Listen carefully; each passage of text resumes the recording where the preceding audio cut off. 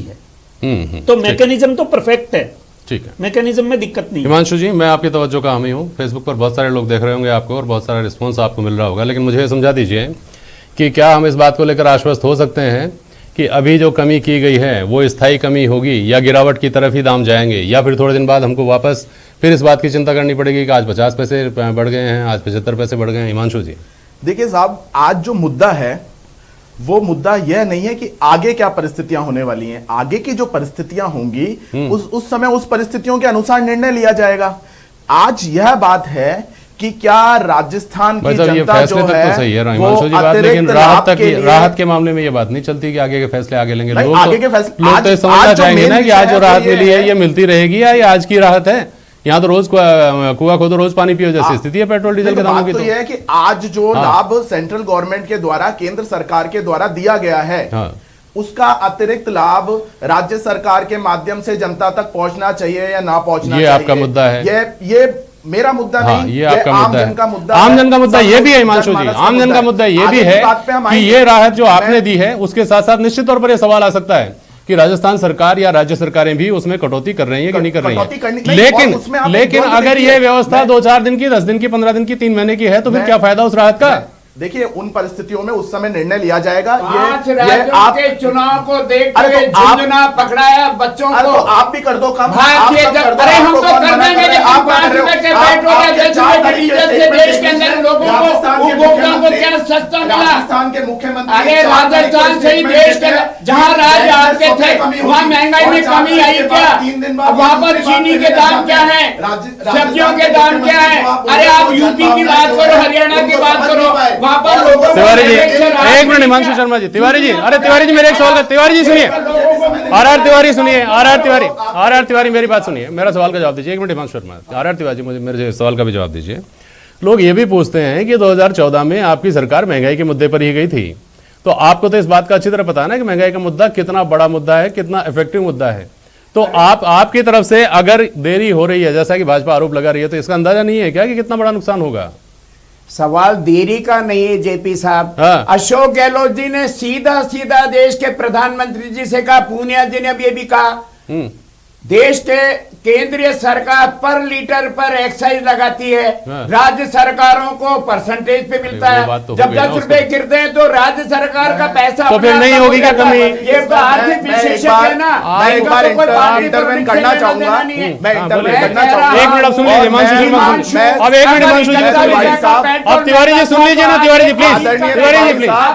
मैं आपको एक बात बताना चाहता हूँ, आपके मुख्यमंत्री जी ने जो कल स्टेटमेंट दिया है ना कि हमको भी करना पड़ेगा, जो वो मजबूरी दिखा रहे हैं, करना पड़ेगा, वो तब दिया है जब भारतीय जनता पार्टी राजस्थान के लोगों को जो लूटा है। प्लीज सुनिए आप, महेश शर्मा जी, लोगों को आपने पूरे महेश शर्मा जी, अरे सुनिए ना आप, हमारे जननायक ने तो जनवरी 2021 में उनकी राष्ट्रीय 2% तिवारी जी आप बहुत सीजन आदमी है, मैं 5 बार टोक चुका हूं आपको, प्लीज सुनिए आप। महेश शर्मा जी, ऐसी स्थितियां अपने आप में दिलचस्प अभूतपूर्व नहीं है क्या, जिसमें भारतीय जनता पार्टी ये कह रही है कि महंगाई है लेकिन राज्य सरकार इसके लिए जिम्मेदार है, कांग्रेस ये कह रही है कि महंगाई है लेकिन केंद्र सरकार इसके लिए जिम्मेदार है? महेश शर्मा जी। हाँ जी, देखिए, जहाँ तक सवाल है कि ये मान के चलिए कि पेट्रोल और डीजल के दाम है वो कहीं न कहीं मतलब प्रभावित करते हैं आवश्यक उपभोक्ता वस्तुओं को लेकर। आप ये देखिए कि हाल ही में जो दाम घटाए हैं उसको लेकर के भी राजनीति चल रही है। जो एकदम से दाम घटाए हैं तो ये उपचुनाव के परिणामों के बाद में एकदम घटाए गए हैं केंद्र सरकार की ओर से।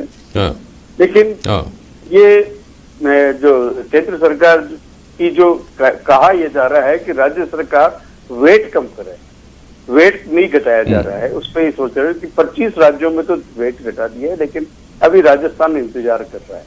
और राजस्थान सरकार का ये कहना है कि आप वेट मतलब अभी और इसे एक्साइज ड्यूटी को और केंद्र सरकार घटाए।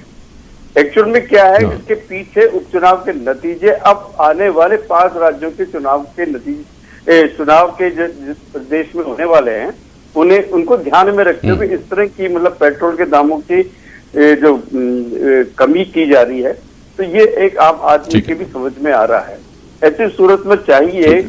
और दूसरा ये कि डिमांड अभी तक बड़े लंबे अरसे से ये की जा रही है कि पेट्रोल और डीजल के दामों को जीएसटी से कंट्रोल किया जाए, इसको जीएसटी में दायरे में लाया जाए।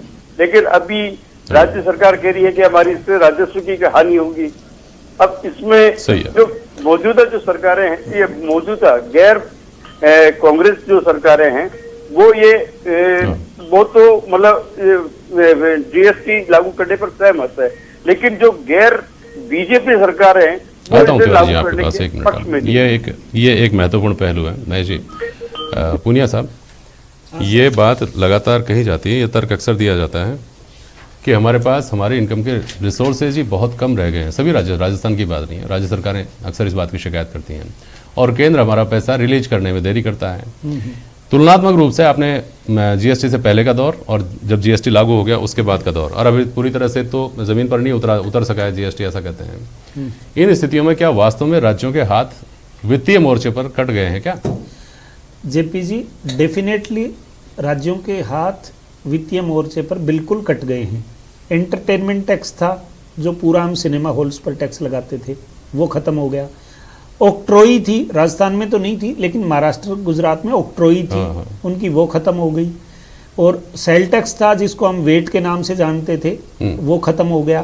तो राज्यों के तो हाथ, अब राज्यों की तो हालत नगर निगम या पंचायतों जैसी हो गई है। अच्छा। इसलिए सेंट्रल गवर्नमेंट पे ही डिपेंडेंट होना पड़ेगा, क्योंकि भारतीय जनता पार्टी का जो एजेंडा है ना, वन नेशन वन टैक्स, और एक पूरे देश को एक तरह से यूनिफॉर्म करने का जो एजेंडा है, उसके तहत उन्होंने ये पावर अपने पास ले लिए।